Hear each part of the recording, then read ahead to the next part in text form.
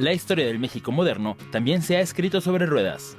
En el complejo cultural Los Pinos se exhiben al público 4 vehículos que fueron utilizados por los expresidentes Adolfo López Mateos, Gustavo Díaz Ordaz, Luis Echeverría, José López Portillo, Miguel de la Madrid, Carlos Salinas de Gortari, Ernesto Zedillo y Vicente Fox.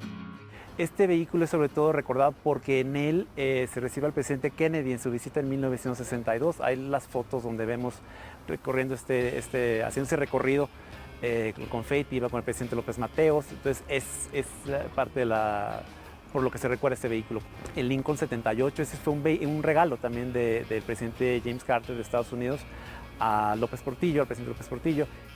Los automóviles mostrados al público son un Mercedes-Benz 300 de 1959 convertible, un Chrysler de 1965, un Ford Lincoln de 1976 y un Ford convertible del mismo año, que su principal función era desplazar al ejecutivo en eventos masivos. Sobre todo lo usaban los informes de gobierno. Recordamos que antes era el Día del Presidente, le llamaban, estos eventos multitudinarios. Es un auto descapotable, iban de pie y iban haciendo este recorrido.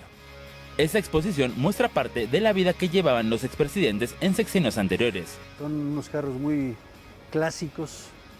Lo que estamos viendo, como los diferentes tipos de autos que manejaban. Esta muestra es totalmente gratuita y la pueden disfrutar de martes a domingo en un horario de 10 de la mañana a 5 de la tarde. Andrés Brito, 21 Noticias.